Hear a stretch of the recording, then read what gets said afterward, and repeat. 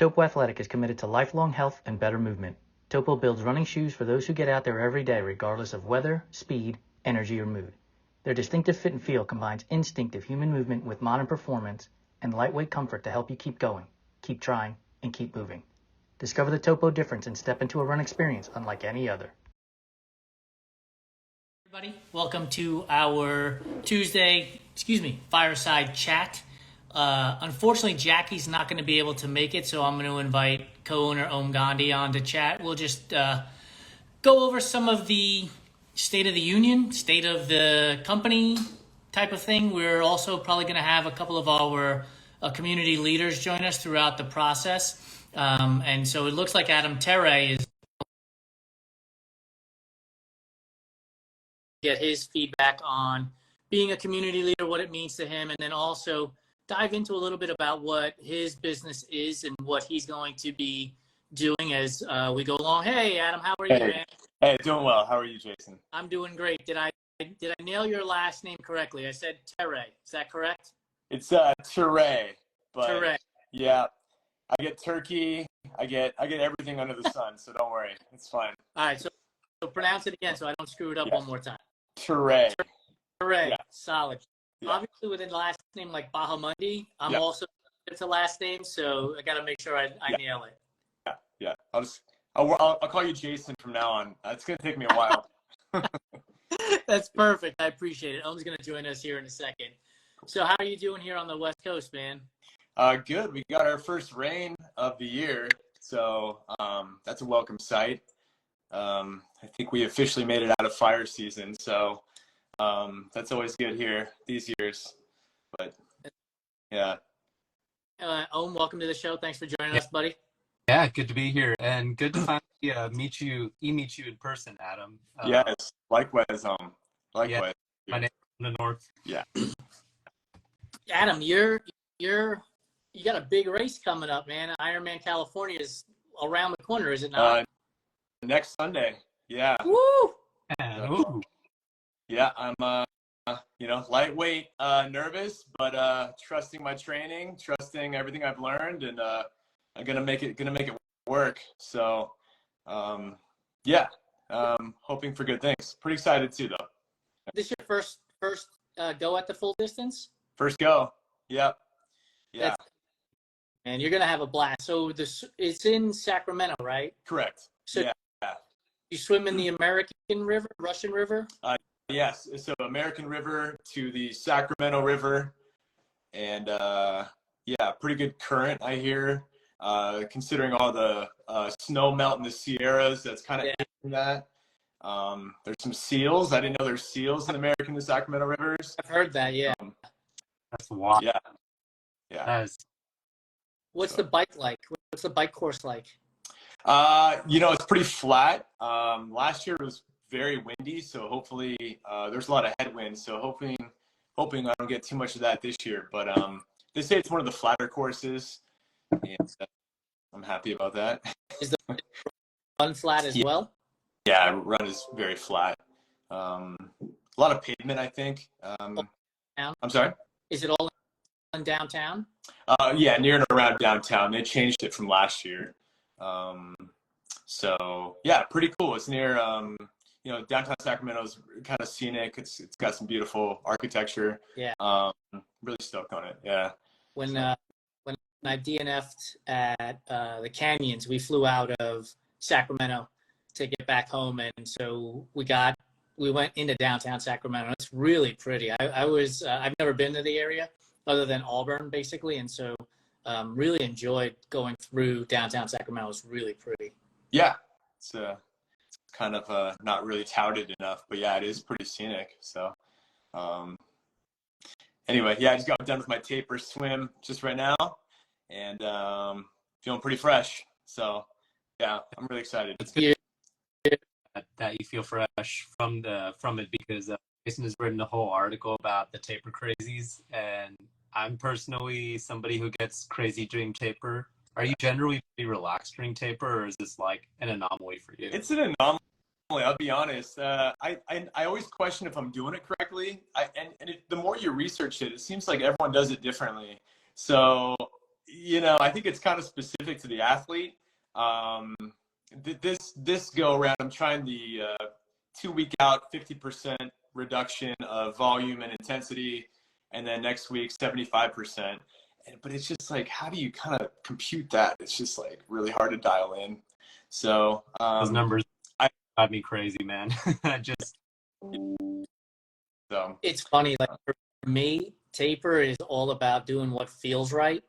And for those, what amounts to 7 to 10 days, honestly. Yeah. I'm not a big fan of the shakeout run like the day before. Yeah. It feels stressful to be like, I'm going to do a shakeout run and Right. you bib and get your food ready and everything. And it's like, look, if I can walk around for 10 minutes, I'm good enough to go, right? Like that shakeout run isn't going to make or break race day. Yeah. Period. I'm more of that. I'm 100% in agreement with that. You do so much training in the buildup. It's hard to believe that something just as small as a shakeout run is really going to make a significant difference.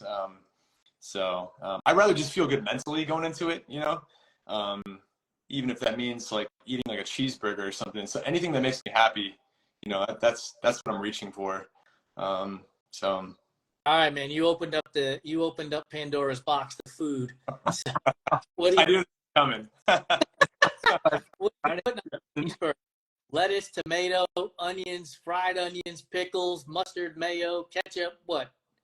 I mean, all those are good. My evolution with the burgers changed over years. I've recently fallen in love with butter pickles. Yeah. So sweet. So good. I see I don't know if Om's in agreement with that, but I've never had buttered pickles. I didn't even know that was a thing. I feel like I'm learning something new every day. Let me clarify one thing for you. It's not putting butter on a pickle. It's an actual name. I knew that. That's pretty weird. But yeah. Then I've never been a fan of pickles. So I was just really curious as to what makes the buttered one. They're sweeter. They're not like your dill pickles that are kind of vinegary, I guess, or dry. They're pretty delicious. And I'm a big fan of Thousand Islands dressing. On the West Coast, we got like In-N-Out Burger. I'm just into like sloppy, messy burgers. Bring it on. The bison burger, just all those things. Dude, I love the In-N-Out, like whatever dressing that they have, like the that sauce that they have that you can get packets for to spread. That's like my favorite. Oh man, yeah. I wish they sold it like just alone, right? Yeah. Just get me like a couple jars of those, and I'd be good. And a little bit of bitchin' sauce too. Yeah. Kitchen sauce. I've heard of that one. Where's that? That's where can you find that one? Most of the stores down here in like SoCal have them. I know Costco sells them in big bulk. They're like that. So bitchin' sauce is like I think it's like an almond based kind of sauce, and they have like chipotle sauce flavor, cilantro flavor, and an original flavor, and it's one of those sauces that just goes with everything. Like tortilla and cheese, bitchin' sauce, chips, bitchin' sauce. Dill pickles, maybe not, but generally everything else. Like, go ahead. Sorry, what? I was going to ask Adam what his take on sliders are. Worth the time, or just give me a full burger? Oh yeah. Yeah, full burger, please. I don't know what someone was thinking with that. Don't waste my time, we try to put something cute on a plate. Please just give me one comprehensive burger. Wait, so yeah. As somebody who's been a vegetarian most of my life, are sliders just like baby burgers or what? Like, yeah, exactly. Yeah. So why not? It's mini burgers. Why are you calling them sliders? Because they slide right out of you. So I grew up on the East Coast, New York, and I don't know if they have them out on the West Coast as much, but we have White Castle.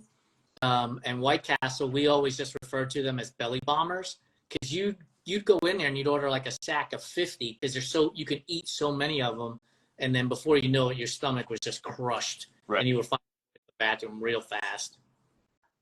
We don't have White Castle, although I've heard plenty about it. I'm a big Beastie Boys fan, and they talk about White Castle a ton.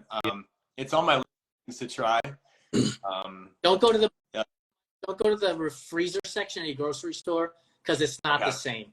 I see. Yeah, you have to go to the actual store to get it. I will say, Jason, if we're talking about marketing, it makes me like, if I'm thinking about Harold and Kumar right now and it's synonymous with White Castle and I've never had White Castle, but I'm still talking about it, like that'd be the most amazing piece of marketing ever. Yeah, you're right. Here's another question for you, Adam. So we asked this I asked it on our Fiery Embers conversation yesterday. So when you make a peanut butter and jelly sandwich or nut butter, if you have allergies to peanuts, are you putting jelly on one slice and the nut butter on the other and then smashing them together? Or are you putting the jelly and the nut butter on the same slice and then topping it with the one that doesn't have anything on it? So I generally put each slice of bread gets its own topping, and even beyond that, I flip sides. If I want more of the nut flavor, I'm biting the bottom, and if I want more jelly, I flip it over. Just a little observation I made over the years, but yeah, it's. The greatest thing we ever did was launch this Food Fight Friday conversation because I absolutely love and adore people's attention to their food and their eating habits. Yeah.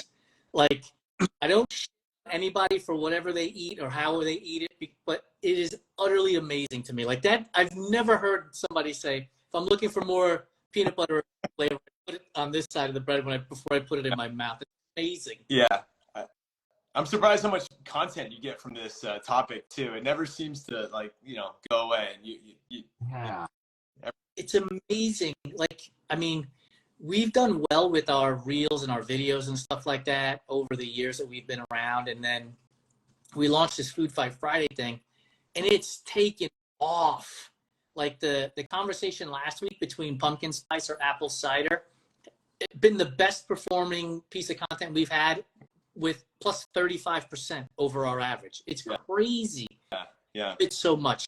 I love endurance athletes talking about food because, and we see it from our nutritionist friends like Kylie and from Stevie, right? They talk about like, there's no bad food, no bad calories, none of that stuff. And so to have the community come back in and be like, yeah, I put my peanut butter on one side, my jelly on the other, I smash it together, I this way, I love burgers, sloppy as all get out, don't give me a slide. Like, it's fantastic. Yeah. No, it is. It makes us like this whole conversation we're having right now, we're just riffing on food right now. It makes me want to it makes me almost think that we should have occasional live Food Fight Fridays, like just longer thing, just invite somebody random who's on and just like start like riffing about food because it's just, I don't know, this is fun. Yeah. I mean, you got the holidays coming up. I mean, one of these calls, I might just present you like a spread of like things I like. It might like turn some people off, but I got some interesting little things I do with food, but I might show you guys. Please show us because I love it. Like, so we had Shannon Mick, who is Be Short Run Ultra, on the Fiery Embers a week ago, and I asked her a butter jelly question. And I asked her, and I'll ask you this, after you've made the sandwich, you put the two pieces of bread together, how do you cut it? Do you cut it in half? Do you create 2 triangles? Do you create 4 triangles? Do you create 4 squares? How do you? Yeah, it's a good question. Again, I'm in phases with that one. I'm currently in just a don't cut phase. Sometimes I'm in piling it in. Just pile it in. And then, when I get tired of this, I'll probably move to a diagonal cut. And after about 2 months of eating it like that, I'll go to my, cross cut and eat. So, now that we're talking through this, I see how much of a food weirdo I am. Yeah. So Shannon told us, and I need to get your answer too, but Shannon told us she cuts it in half and then eats it like corn on the cob because she doesn't eat the crusts. So she eats the breading and doesn't eat the crust. Okay. That's a great answer. Like, I've never heard of that before. No, I've never heard of that. Right? Why wouldn't you just cut off the crust before you eat it? But maybe she needed handles. I don't know, but I love it. sandwich engineering right there. Like for me, I love to like cut them into corners and slices and stuff because I think psychologically, I'm like, wow, there's more food on my plate versus like one. Yeah, I can see that too. I do that with everything. Like I do that with quesadillas. I do that with burgers sometimes. I do it with pizza. Like Yeah. You do the pizza, but you're already bastardizing it with pineapple. You cut pizza. This occasionally, like me and my family, one of our favorite local pizza places. Every single time I go there, the pizza comes out. The first thing I do is I send the pineapple on pizza picture, and then that's to Lori for good measure because I know Lori will show it to Jason. That's a square pizza. Yeah. The square. So I'll have to get this on Food Fight Friday because I know this will spark a lot of heated debate. But in my purview, there are two styles of pizza. One of them is not Chicago. That is a tomato soup bowl. That is an open-faced calzone. Like I don't want to hear anything about Chicago style pizza. There's New York and there's Detroit, like way back there. When you're looking at styles of pizza, Adam, which one are you picking first and why is it New York? It is New York. It is New York. I don't know where I grew up. There's a guy from New York who opened a pizzeria near my house, and that's just what I got used to. A greasy slice. Run down your wrist. Running down your face. So they Yeah. with cigarette, toss the dough in the air. It was just like nostalgia. So good. Yeah.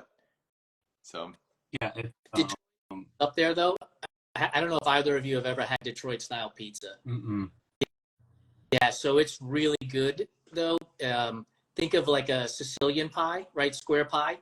But what they do is they put shredded cheese on the outside so that when it cooks, the shredded cheese melts and it gets kind of crusty. So you have cheese, crust, and then pizza, and it's all squares. So it's really good.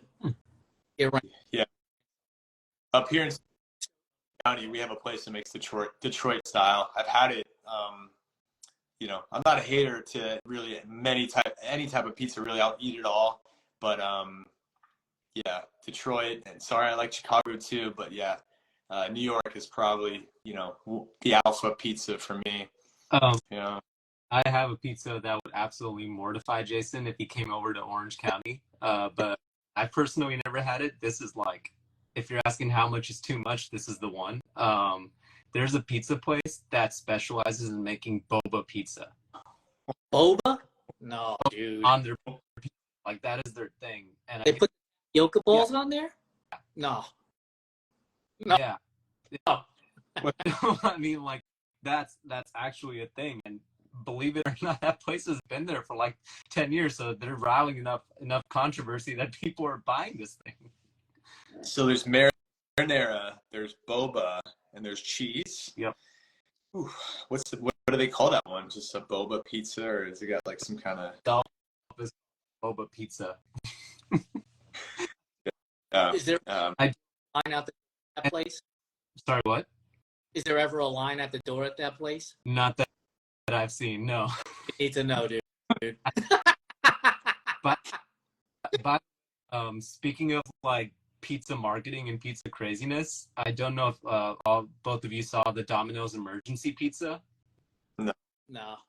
I don't know what it is, but like starting like today into like early 2024, Domino's is literally giving out a free pizza that you can claim, which is like wild. I've never seen any pizza place do that. It's just called emergency pizza, and it just like put up, and clearly it's working because it's trending on Google right now. There you go. I don't think those pizzas are too hard or too expensive to produce. Yeah. Minimal cost. When you sell it for $8.99, the costs are probably $1.99. So it's. Yeah. Do you guys know the story behind Domino's? No idea. So I'm a big fan. Obviously, I'm a big fan of food, and the History Channel has a series called "The Food That Made America," and it is phenomenal. And they talk about Domino's, And so get this, at the time, they bought the place from this guy, Dominic. Two brothers bought the place from this guy, Dominic, and kept it as Domino's. And when they first started the business, they had pizza, but they had like sub sandwiches and hero, like all like this massive menu. And they weren't doing really well. So one of the brothers said, that's it. From now on, we're selling pizza and we're selling it in 3 sizes only, small, medium, large, nothing else. And the other brother was like, we can't do that. We're going to lose money and everything else. And the way they tell the story is there's a phone call that comes in. One of the employees answers it, looks at the two brothers, and he says, hi, the Domino's or whatever, what can I get for you? The person places an order, and they say, sorry, we're not doing that. We're only selling pizza, small, medium, large, cheese, or pepperoni. And that's supposedly how the Domino's franchise took off. And the brother who didn't want to be a part of it got bought out for a handful of dollars and the Volkswagen Beetle that they use for the deliveries. Can you imagine losing out on the Domino's empire today? Oh my God. For a Beetle? Yeah. It just goes to show you that everybody starts somewhere. Yeah. And, just for good measure, while you were telling me that incredible story, I just sent a DM to Domino's Pizza to come on the Fireside Chat. Come sponsor us. Have you planned your post-race meal yet, Adam, after Ironman California? I haven't thunk that far, no. When I did my first half Ironman, my first kind of big race, I was sure I was going to have a beer after, but I was just so dead after. I just wanted like a Coke and like just something full of carbs, something besides beer. I'm just going to go with whatever feels natural. Yeah. So I know Ohm has seen a lot of crazy shit on the trails, and I have too when it comes to people eating stuff because you have so much time to process food. But I will tell you the craziest thing I've ever seen at an Ironman. I raced Ironman Texas in 2011 and 2012, and I think it was 2012. On the run, you go past the special needs bag area where all the porta johns are and everything else, and it's like in this loop of a park. Mm-hmm. I was on loop 2, the guy was on loop 1, and so we get there and he stops at his special needs bag, and I do the whole loop and I come around to it, and I kid you not, he's literally taking a Whopper out of his special needs bag to eat. And I will let you know that year it was like 117 degrees in Texas, and with your special needs bags, you have to put that stuff out there very early in the morning. Yeah. It's not refrigerated. So that thing was just sitting there in the scorching heat for 10 hours by the time he got to it. I can't imagine what it tasted like, but to him, I'm sure it tasted like heaven. Yeah. I guess to be trained with that, I guess you got to stay consistent, but that's one heck of a story. Crazy. And Cheryl, I agree with you. My first reaction was, I can't believe this dude's got a Whopper, and then I ran out of the park, and then I thought, that cannot taste good. Like, he's going to be tasting that a second and a third time some point during this marathon. Mm-hmm. So great. Yeah. We got to talk fast food burgers on another call, because I'm curious your take. I haven't eaten a lot this training cycle, but I'd be curious to hear what are you still vegetarian? Yeah, definitely vegetarian. I feel like I've still had some like really good burgers and stuff. I mean, yeah. I will say though that Impossible patties are a no-no for me. Okay. I have had them during races before, and they have made me very sick. It's but I think the only thing other than meat that you can put on my burger is pickles. I do not like pickles. I hate pickles as much as Jason hates pineapple on pizza. Still pickles. So I don't plant-based diet as well, Adam, and I would say like Carl's Jr., the Beyond Burger there is number 1, and then the Impossible Whopper at Burger King is number 2. As far as you being fans of yeah. Okay. Yeah. And In-N-Out has growing up, In-N-Out has like what they call a secret menu item, but it's really, they call it the grilled cheese sandwich is what you call it when you order it. And they just put grilled onions, they like grill the cheese extra, and charge you like $1 less or something because there's no patty in there, and that's basically what you get. Yeah. Like Yeah. when I was racing Cocodona, I asked my crew to make sure that they had 2 Impossible Whoppers and a Klondike bar when I got to the Whiskey Row in Prescott. And when I tell you that those 2 Impossible Whoppers tasted like filet mignon, I'm not kidding. Like, it was so glorious, so glorious. We have somewhere called Amy's Burger up here. Have you guys ever heard of that? No. It's not it's fake meat, but yeah, it tastes very similar to In-N-Out. It's pretty good. Yeah, highly recommend. Cheryl, Klondike bar for the win every time. When you're out there in the middle of a training cycle or a race, Klondike bar it's glorious. So I answered the question, what would you do for a Klondike bar? I'd run 250 miles. Are you a fan of ice cream, Adam? Is ice cream something that is on your list? Absolutely. I have Klondike bars in my freezer actually right now. Might get one after this call here. Yeah. Favorite ice cream? Oh, again, it's cyclical. You know, I mean, are you talking brand or flavor or Flavor. I'd say most consistently I'm a strawberry person. My wife teases me because I get like ice cream sundaes and I just put the works on it, and she still doesn't know how I finish those. Like, I can eat those and go like right to bed. I'm a colossal eater. It's ridiculous. Hot fudge, the works on there. Yeah. And when you get the Napoleon, that has the chocolate, vanilla, and strawberry. Right. If strawberries, eat it first, and because you love it, or do you eat it last because you want? I tend to do an even scoop across all 3 flavors, and so spoon has. Well, yeah, that's my technique.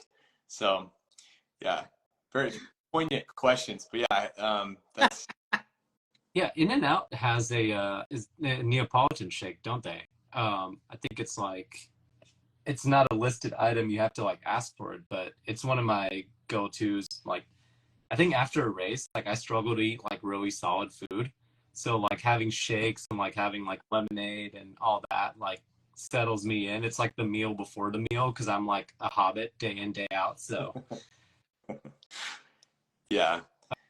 So I was curious about, and I'll let you finish too, Jason, was since we were talking about burgers, what are your guys' takes on like side items like fries? And if you do have fries, what kind of dip? What kind of fries are there? Are they curly fries? Are they sweet potato fries? Oh, wow.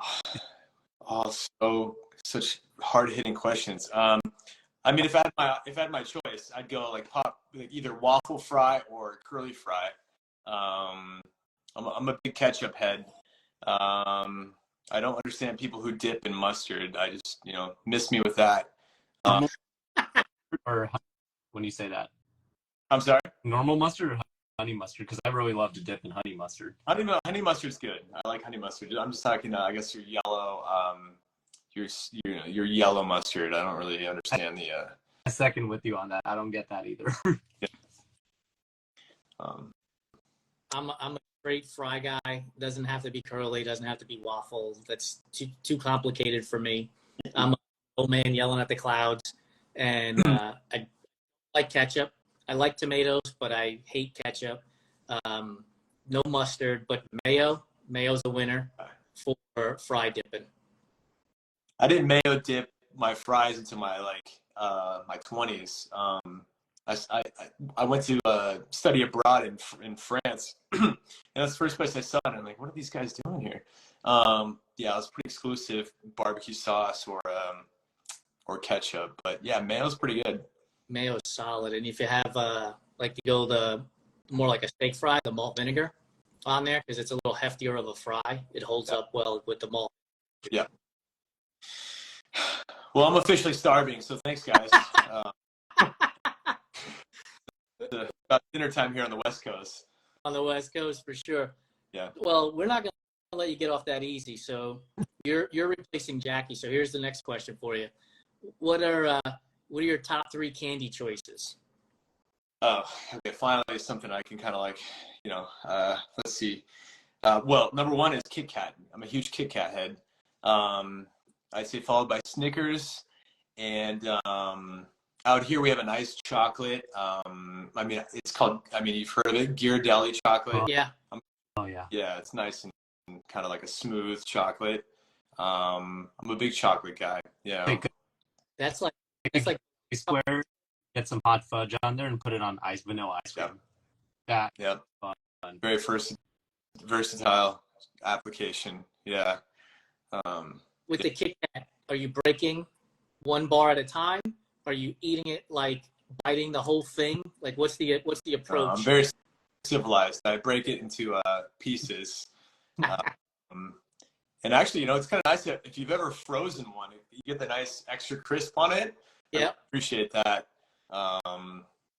Yeah, I one time saw someone bite through all the fingers at once, and I had a heart attack.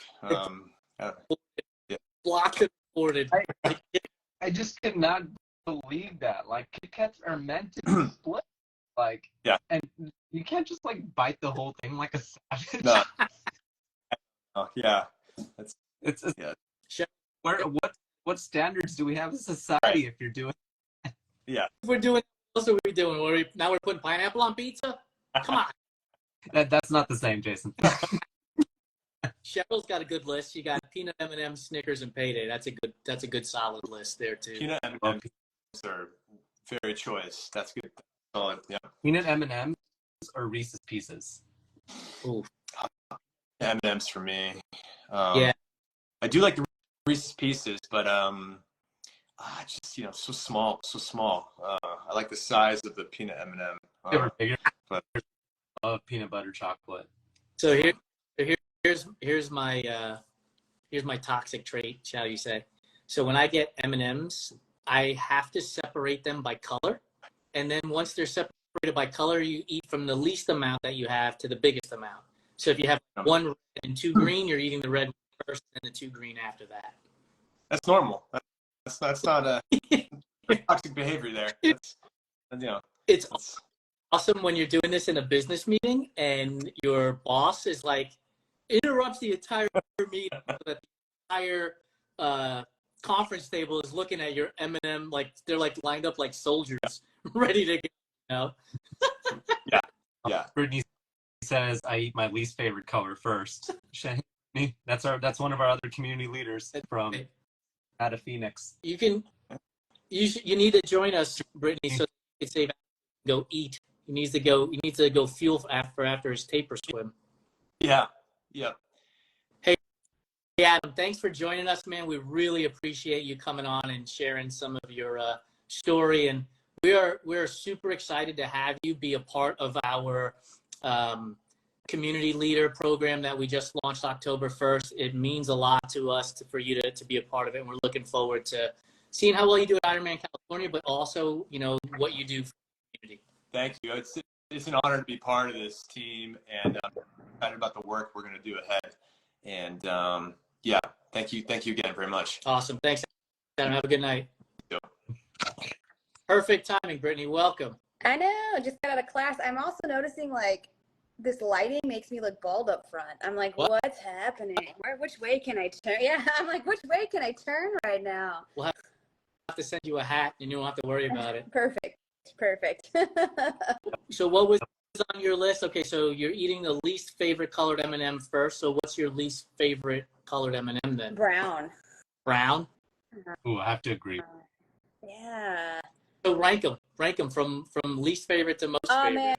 And so now I used to be a huge like blue fan, but now yellow's my favorite color. So it's brown, green, because I don't like that color green, red, blue, and yellow.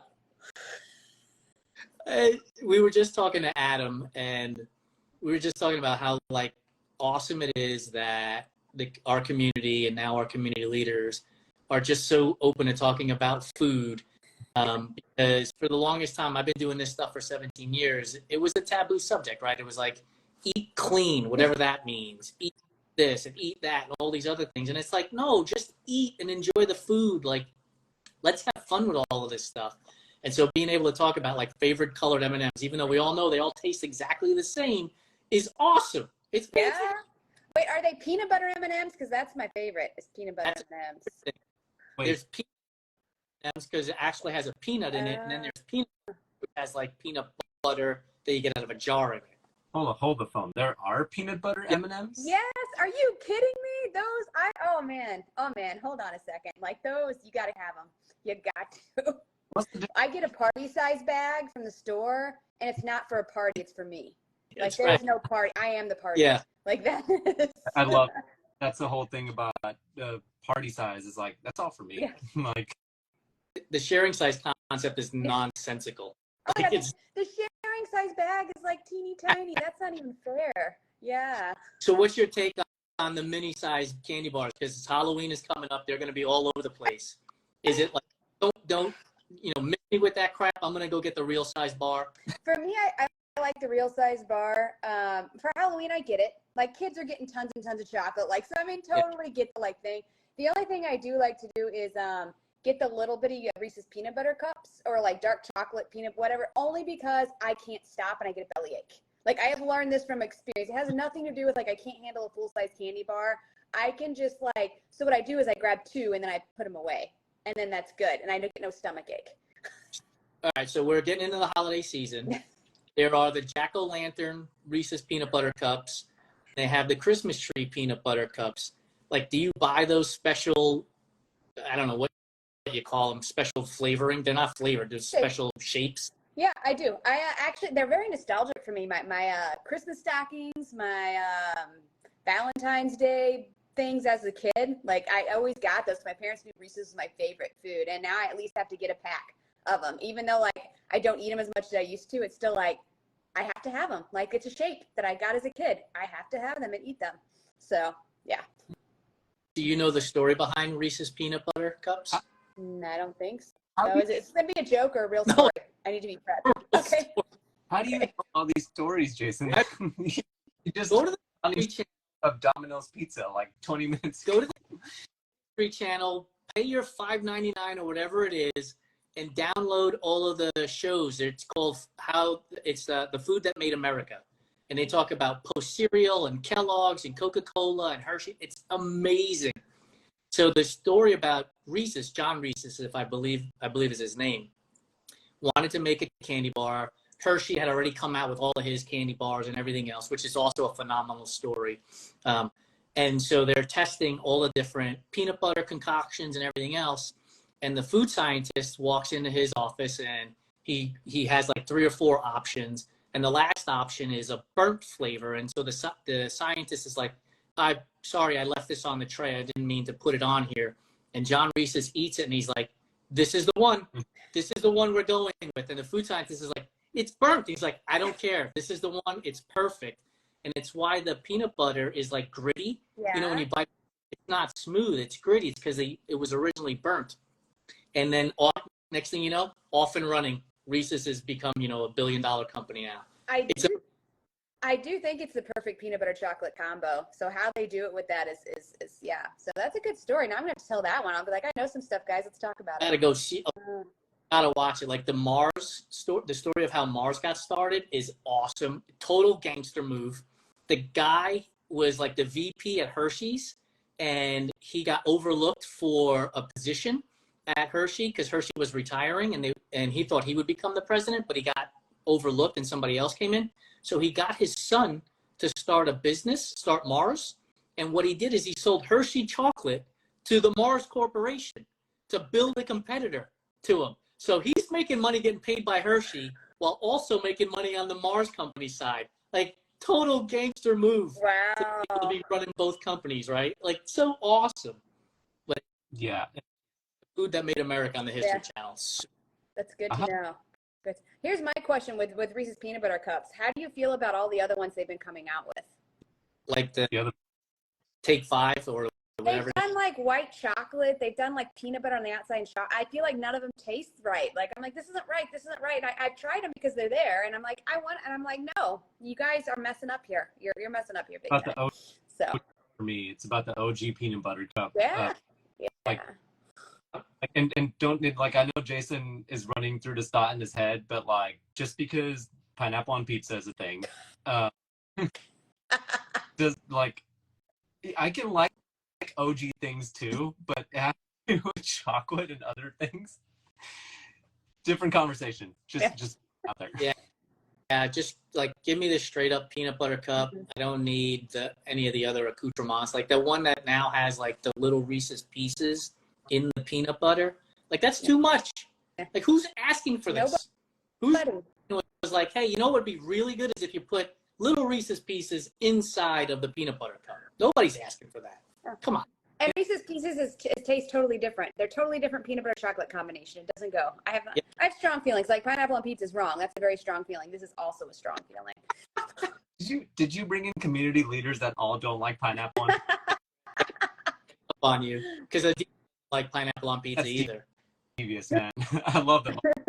That's devious.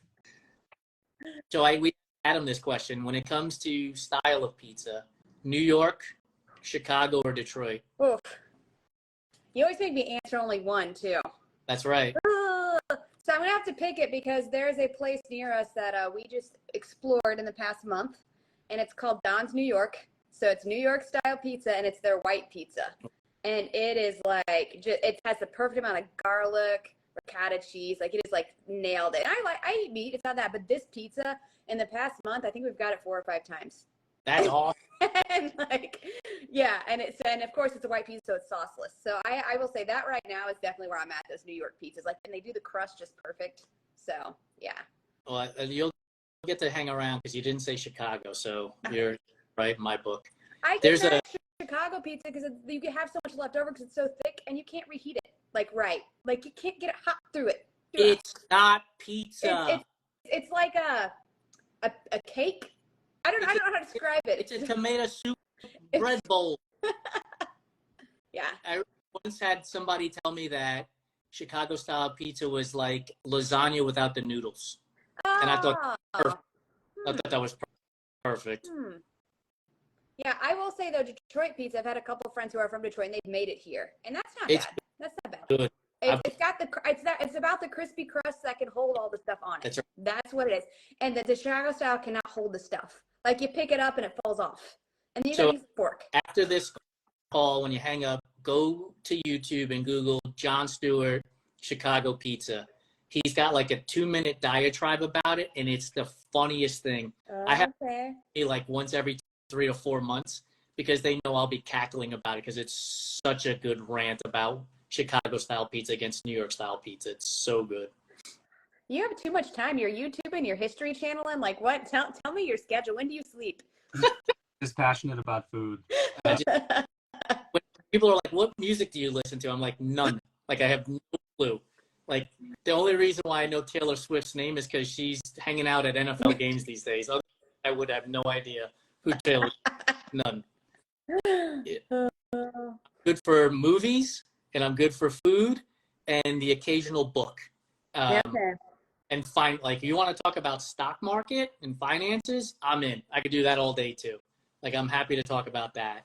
But when it comes to like music, not so much. Like that's not for me. Or honestly, like I know people love podcasts, but it's hard for me to really get into them from a storytelling perspective.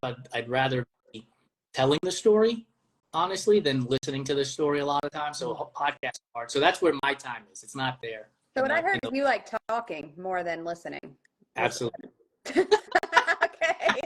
Making sure that's what I heard. Our team dynamic perfect. Adam talked about burgers. So what about burgers for you? Are you a burger fan? Oh yeah. What are you putting on the burger? What's going on the burger?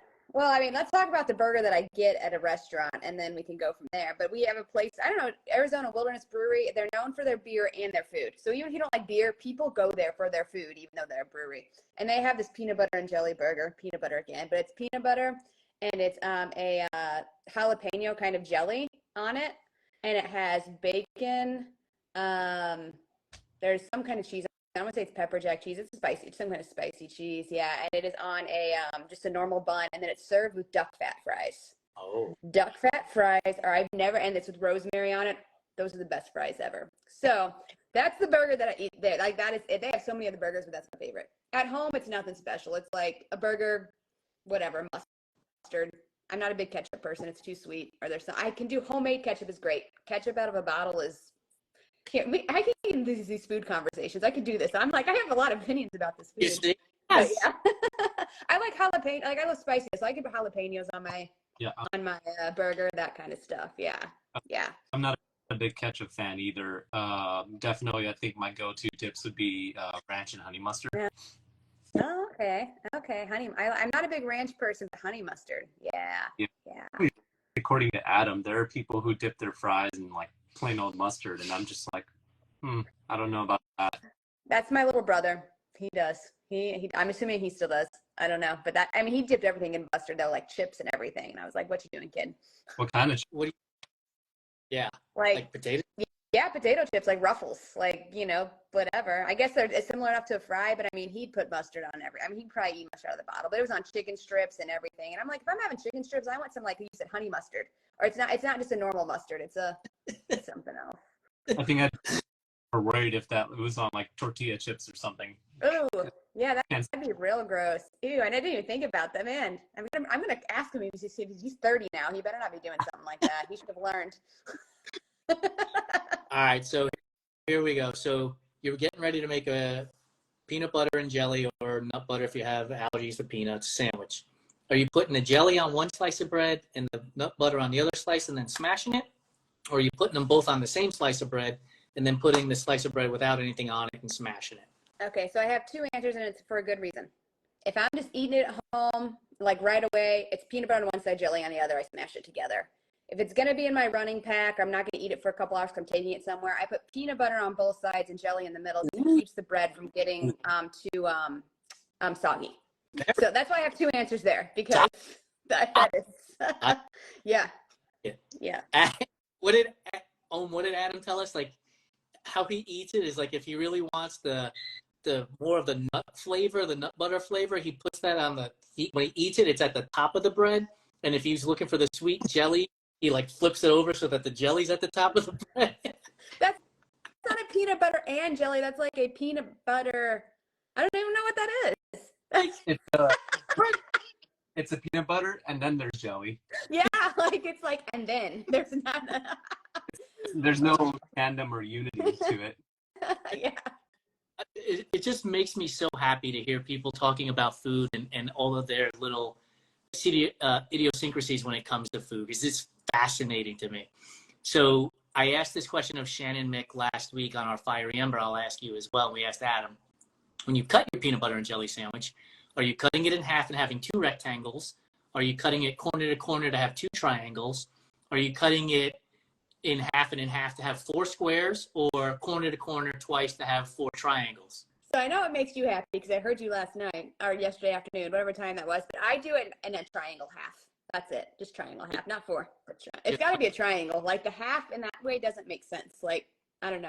So did you hear how Shannon eats it then when I was talking to Laura yesterday? Yeah, where she does the four, because I asked the grilled cheese question. She does it in four too, so she can dip it in soup. Right, but Shannon she cuts her peanut butter jelly sandwich in half and then eats it like corn on the cob. So she has like the crust is like. Yes, I was like, what? I couldn't even like picture how that looked. It didn't make sense. It's so amazing. Oh, it's so amazing. Like, I never would have thought of that. You've been like, cut the crusts off and you're good to go. But it's like, you have something to hold on to that way. It's so awesome. Well, and people can cut out the crust. We're all, we have free choice here. But I had a friend who would not eat her crust as a kid, so her grandma told her to make her hair grow longer. She ate it, so she started eating it. Those old wives' tales, I guess, is what you call those. And I'm like, that's what got, all right. Okay, cool. Crazy old wives' tales, but that one is wild. Eat the crust and throw. I was like, but she ate it, so I was like, all right, I'm not going to tell her any different. I'm 8, maybe I don't know anything. So. Do you eat the butt of the loaf of the bread, or do you discard it? So I don't put it on a peanut butter and jelly, but I'll toast it and I'll eat it with like something on it, or like I'll even put just a little butter on it and just eat it like that. That's more of a waste thing for me, I think. I don't know if it's more of a taste. Now, really good bread, I love the end of it, where it's like a little like sour, a really good sourdough loaf or something. Like I do like that in, but like in a normal just loaf of bread, it's all toasted and do something with it, but it's not for peanut butter and jelly. What about you, Om? Oh, well, I mean, all I heard was sourdough, and I started salivating. That is my favorite bread of all. It's just like, wherever you go, like breakfast place, like, what kind of toast do you want? Sourdough. What kind of bread? Sourdough. Like, When I ask for sourdough and they're like, we're out, and I'm like, are you sure? Like, are you? I'm against humanity to be out of sourdough bread, because that is sourdough. Brittany, do you have any events coming up that you're? Yeah, I actually have a 50 miler in December. So I've done a 100K and I've done a 50K and I think I've done a 60K. What is it, 60-ish K? But I've never done that 50 mile mark. Like I just kind of skipped it. So Where are you doing it? Colossal Vale, right around Tucson. I'm actually picked. Oh, I didn't pick that one in particular. I picked a 50 miler because I want to do a 100 next year, and it takes a qualifier. And because of my Zane grade DNF, I did not have one that's in the year time frame that I need to register. So that's what I'm going to do. What 100 miler are you looking at? Palisades in Idaho. Yeah. My friend Ashley, it was her first DNF this past July. And she did 95 miles and still hiked to the finish because it wasn't a drop point. Yeah. So she asked if I wanted to go out there and do it. I'm like, hell yeah.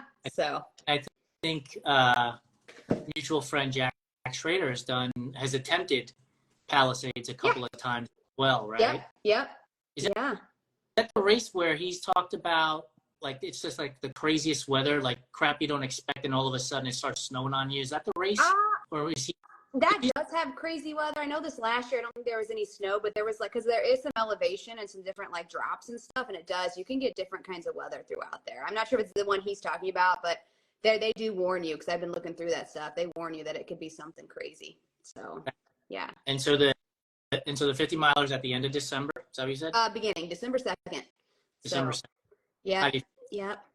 I feel good. I just had a 25-mile run on Sunday. So it got hot at the end because we're still Arizona, but I actually felt really good. And yesterday I just did some extra mobility and I feel totally normal today. And I realized like, how awesome is it that once we do all these things and we actually like do the mobility and the strength and the running and all together, if you're consistent, your body recovers so quickly. And I know 25 miles and 50 miles is not 100 miles, but I can tell I'm like, holy cow, I remember my first 50K. I mean, I wasn't walking for a few days and now I'm like, man, 25 miles. Like, it's still in the moment. It's hard when you're doing it, but the recovery is so awesome. So, yeah. Now, so you're a community leader with us, excuse me. Mm-hmm. Where will find you if they want to get in touch with you with regards to Sunrise Trails coaching as well? Yeah, well, funny story. It's Sunrise Trails Coaching on Instagram. You can also email me, sunrisetrailscoaching@gmail.com. But normally Sunrise Trails Coaching and Instagram is the way to get me. It's how everybody else gets me. So, yeah. Thank you for joining us. Appreciate you coming on and chatting about food from the bottom of my heart. And I know from Om and from Lori's point of view, we're super excited to have you as part of our inaugural community leader group. We obviously know you very well, and what you bring to our platform is going to be awesome. And so we're looking to help you get the word out for people in the West Valley who are looking for running, hiking groups, and just camaraderie in the endurance sports space. We're really excited to have you. Thanks. I'm super excited. I'm excited for the support. I'm excited the other community leaders. We've talked a few times, like just how supportive they are already, and just getting a group in the West Side. I think you guys, well, you know, Jason, the East Side, we have so many running groups. It seems like in the West Side, there's just always been this gap. So I'm excited to get out there and get people moving, and get them on the trails. I have a few people like, I run the roads. Can I come? And I'm like, yes. You're the people, like, you're not the only people, but you're the people I want. I want you to get on the trails and see what it's like and see it's not, about all the speed. It's about so much community on the trails. So, it's super, super pumped. Speaking of community and trails, I can't wait to share this with you both, but I'm captaining an aid station at the Moab 240 at mile 126. And I'm doing, in the name of Run Try Bike, I'm doing a dinosaur-themed aid station. So I got I have an inflatable T-Rex, a cupcake stand for a Brachiosaurus. You're just blasting dino noises. And can you just, you can only imagine people are coming to the halfway point of this race broken, and then they see dinosaurs and a guy in an LED jacket. And this captain, you know. So Oh man, I'm not ready for Moab 240, but I want to go like to run at least 126 miles just to get there and be like, I'm gonna hang out here with these dinosaurs. party volunteer with you, you know. It's gonna, but I have to show that because we have no trail runners in this chat right now. Exactly. Awesome. Brittany, thank you so much. We'll talk to you soon. Awesome. Thanks, Jason. Have a good one. Thanks, Om. Thanks, Brittany. All right, dude, that turned out pretty well to be able to have Brittany and Adam come on the show for us and talk about the Community Leader Program. What are your thoughts about where we are with that? And we'll end it with that since we'll have been on for about an hour. Oh man, I think we're a great position right now. I'm just really proud of the sense of community that we built, and it's just exciting to see people like Adam and Brittany on our side. And it's exciting that every week I get to wake up and do these, like, go to our social media and see people responding to us, to go to our Trivia Thursday and people are engaged, going to our Food Fight Friday and people are going wild. Like, every single day is just exciting because I can see this like community of people just being built, and it's a vision that I think I've had for so long, and it's really exciting to see it all come to fruition. Awesome, man. Well, I appreciate you and everything that you're doing for the business and for the community. And we'll talk again tomorrow at our regular weekly meeting, and I'm sure we'll exchange texts